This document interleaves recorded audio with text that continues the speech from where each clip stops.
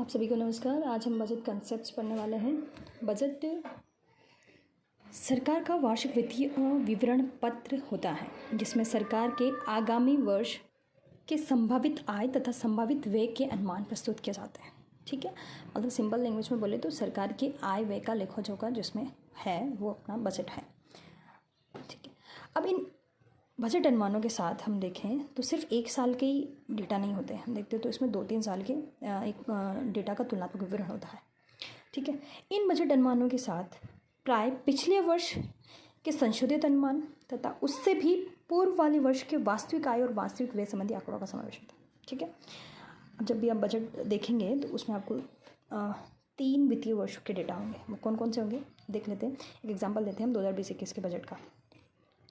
2020-21 के बजट में अब 2020-21 के अनुमानित आंकड़े होंगे, आगामी वर्ष है जो उसके, और चालू वर्ष जो 2019-20 है उसके संशोधित आंकड़े, क्योंकि 1 फरवरी 2019 को जब बजट लाया गया था 2019-20 का, उसमें उनके अनुमानित आंकड़े दिए गए होंगे, उसी को वर्ष के अंत में संशोधित करके वापस प्रस्तुत किया गया होगा।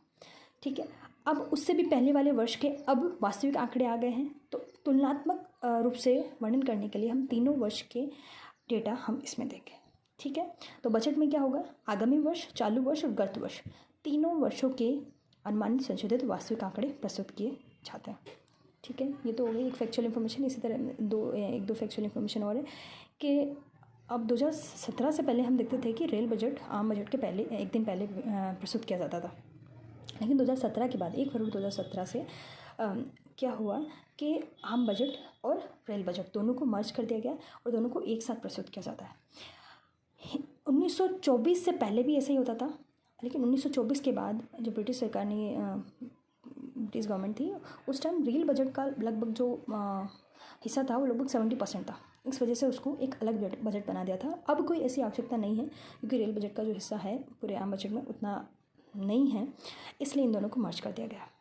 ठीक है, अब हम नेक्स्ट वीडियो में बजट का क्लासिफिकेशन देखेंगे कि इसके अंदर हमारा राजस्व के कौन कौन सा स्रोत है और व्यय में हम कौन कौन से मदों को शामिल करते हैं। Thank you.